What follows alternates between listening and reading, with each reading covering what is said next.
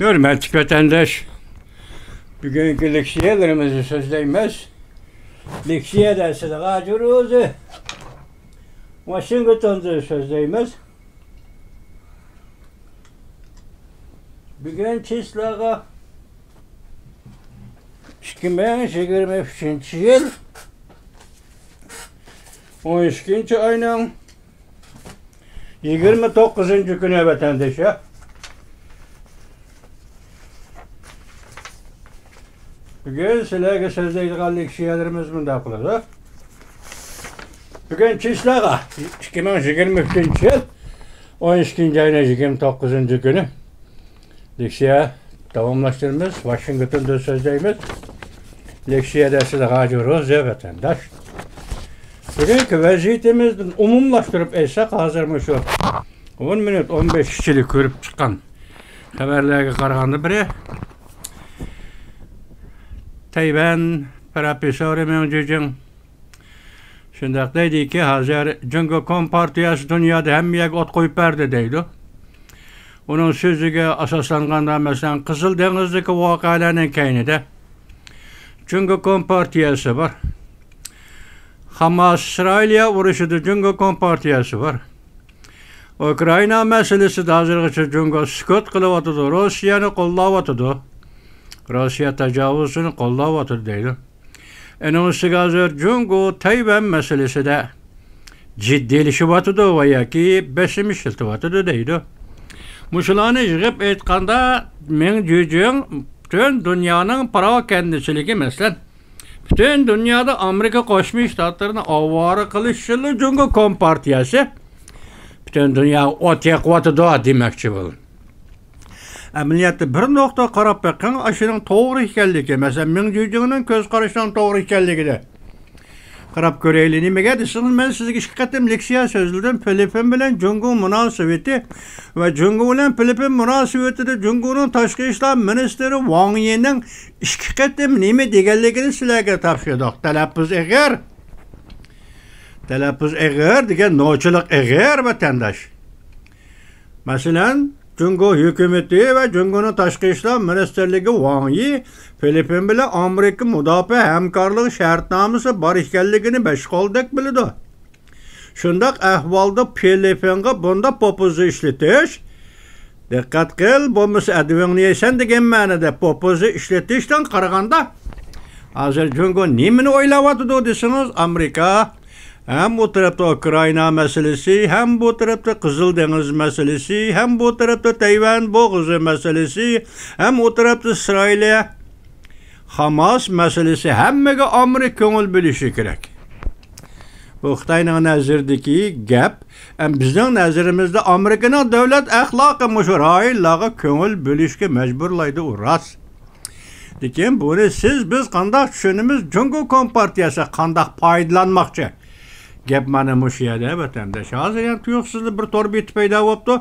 O torbitning ismi nima ekan desiniz, bu o'yinni o'ynamaydi. Bu torbitning qaysi tarafga tavakkalligini bilmadim, lekin ehtimolligi ko'proq Kompartiya tarafida turgan torbit bo'lishi kerak. Nima deydi desiniz, hozir Amerika Cungo bilan elishamaydi deydi. Shunlashqa hozir Cungo birinchi liniyani tizginlashga aldıravatıya kirişti deydi. Mesela birinci liniyadan Yaponiya çekinmekçi buluvatıdı deydi. Bu yerde birinci liniya degen gap denizde tutuşup kaladigan ihtimallık dairesideki liniyalar. Yani siz bize aytganda aldın kısap deyli. Şu aldın kısap ne? Cungo egellemekçi buluvatıdı. Yaponiya bu yerden çekinip çıkmakçı buluvatıdı deydi. Bu yeni gap iken buna keyinki taraqqiyat qanday qoldi şunu görmüyoruz vatandaşım. Ondan keyin andan bugün sizlarga so'zlamoqchi bo'lgan leksiya. Bugün 29 atogün birinchi ayning birinchi kunidan hisoblagan vaqtda Tayvanda saylam davriga kirdi. Amerika Qo'shma Shtatlari saylam yili. Bir yildagidek saylam yiliga kirdi.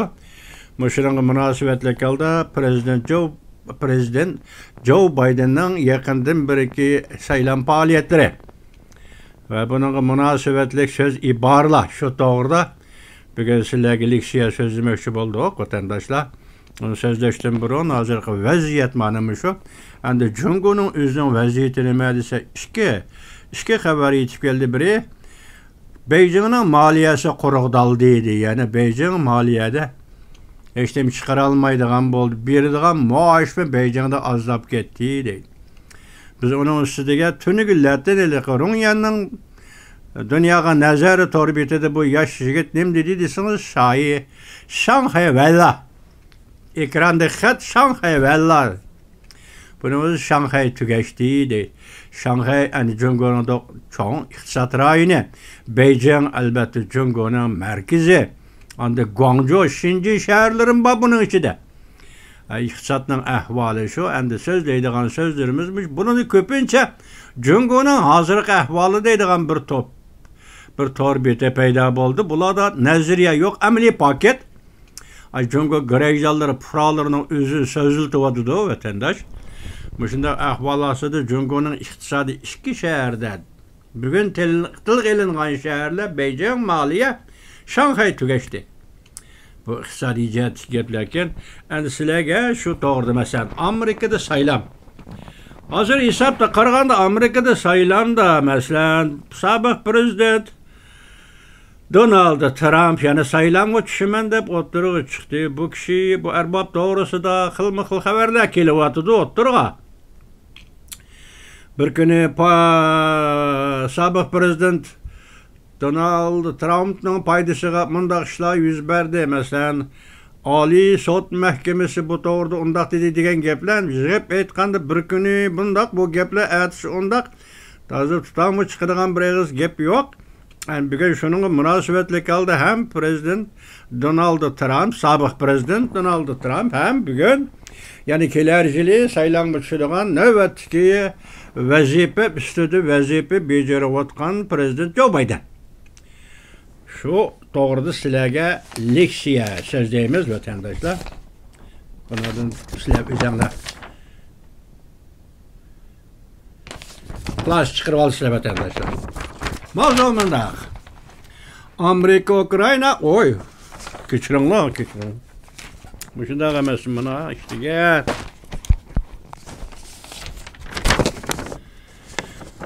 Hemen ha, keçirin la. Yıl ahırdaki haber. Prezident Joe Biden saylamga vaziyet yaratib, iqtisod ve demokratiyani ta'kidlagan o'zini men Donald Trump emas deb ko'rsatishni unutib qolmadi dedi. Mavzuli xabar 12-27 kuni Amerika ovozining Xitoy til programmasi e'lon qilindi. Xabar bunday boshlandi.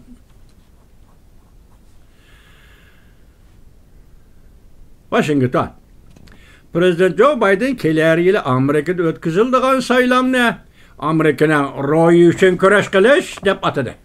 Yoki o'zi shu saylam qatnashida nomzod bo'lib, ikkinchi qatim saylanish nomzodi bo'lib qatnashadi. Shuni o'zining shuari yoki aqliyat so'zi Amerikaning ro'yi uchun kurash qilish deb atadi. Prezident Joe Bidenning qayt saylam faoliyati mushu aqliyani markaz qildi.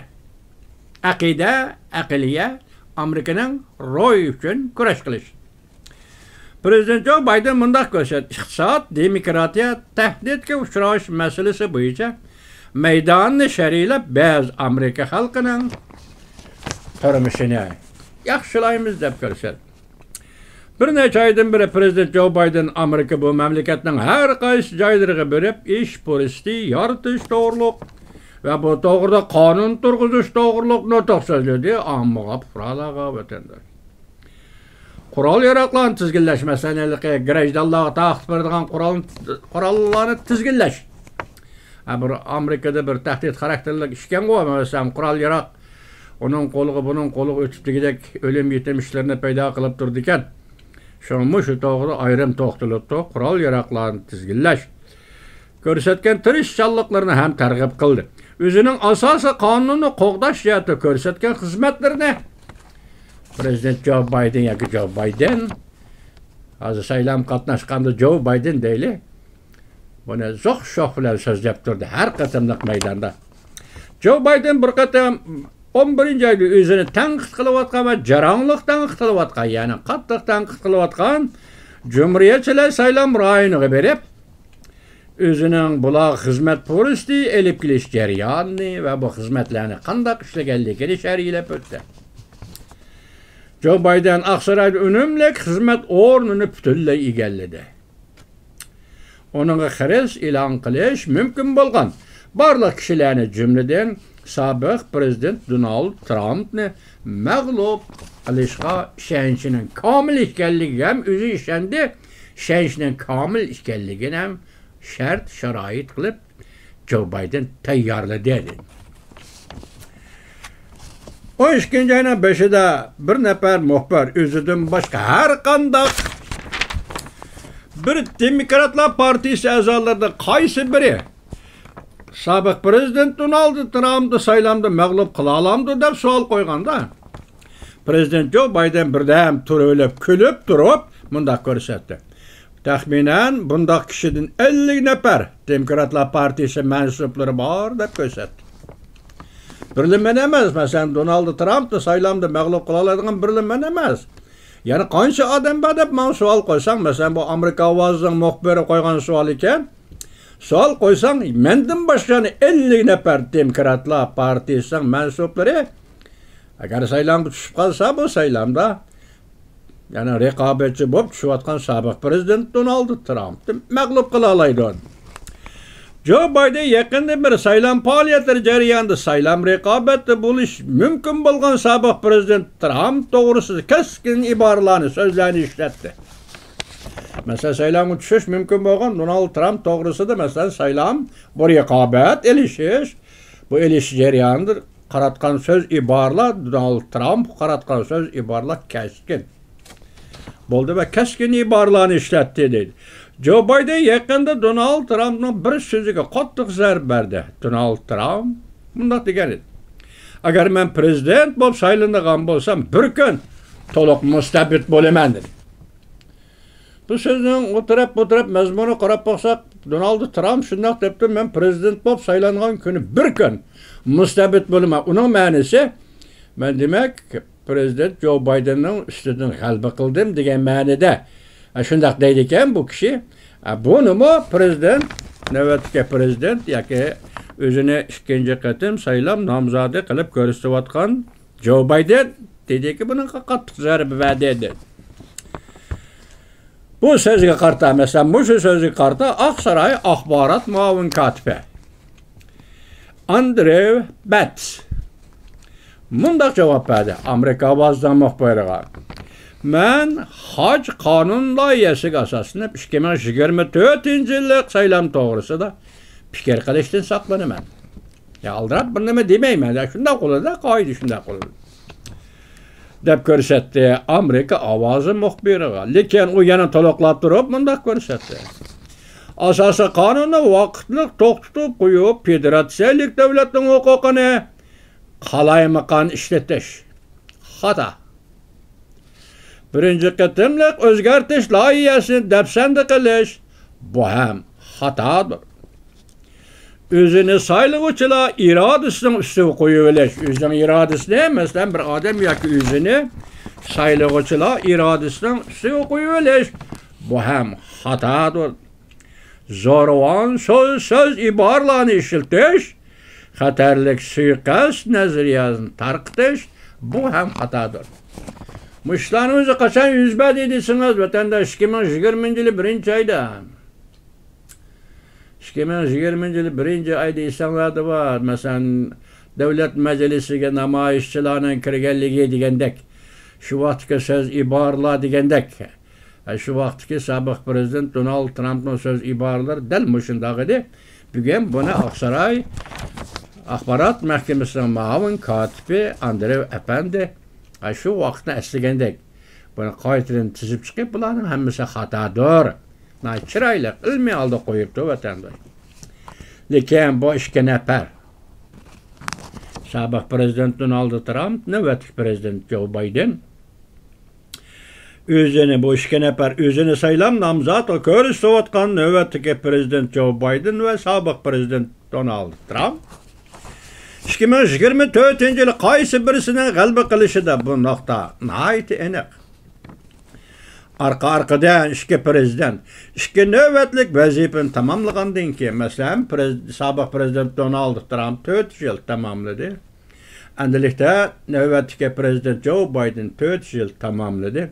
Hani her iki prezident şu vazife müddetini tamamlagandan keyin Amerikada saylıgıçılar şu narsani ochiq tunib yetdiki, qaysi sifatlik, qaysi xarakterlik prezidentni tanlashni Amerika xalqi tunib yetdi yoki bilib oldi deb ko'rsatdi bu xabarda vatandosh.